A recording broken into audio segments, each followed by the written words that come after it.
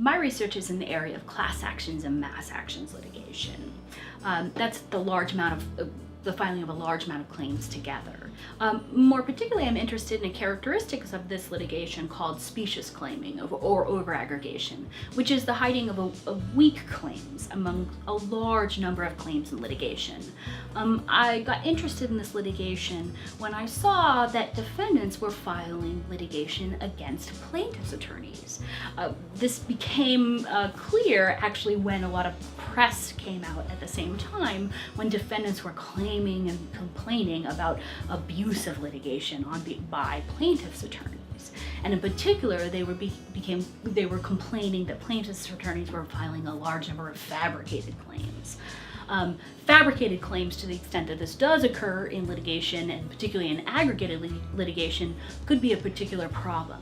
And in particular, it's a problem because it's harder to detect it in aggregate litigation. There's a large amount of evidence.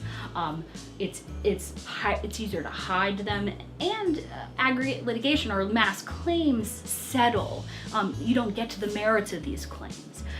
So it's harder to find these fabricated claims. Now, how much fabrication occurs in aggregation is far from clear, and in fact, some of the evidence is to the contrary. And in fact, the problem is potentially far more complex.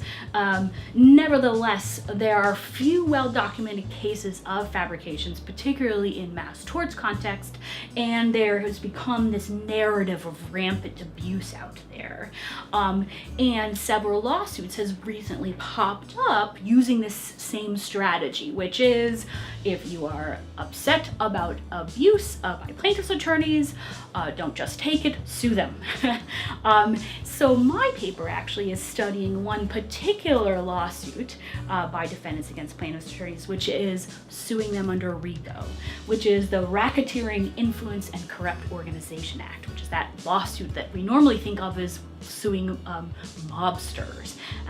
It has been used against all kinds of people since then, including now attorneys. And in my article, I argue that this is both illegal and ill-advised. Illegal under several statutes, and actually ill-advised because we have several different remedies already existing to remedy this kind of conduct, including malicious prosecution. Furthermore, I actually think that when you threaten plaintiffs' attorneys with this kind of a broad statute, particularly it has very tough remedies, you threaten the plaintiffs themselves, particularly in aggregate litigation where the plaintiffs depend on their attorneys. Plaintiffs' attorneys take on the costs in aggregate litigation. They don't get paid until the plaintiffs win. And so any kind of remedy for frivolous litigation or fabricated litigation has to actually take this into account, and any remedial scheme must do so. So it's one of the issues I look at in my scholarship.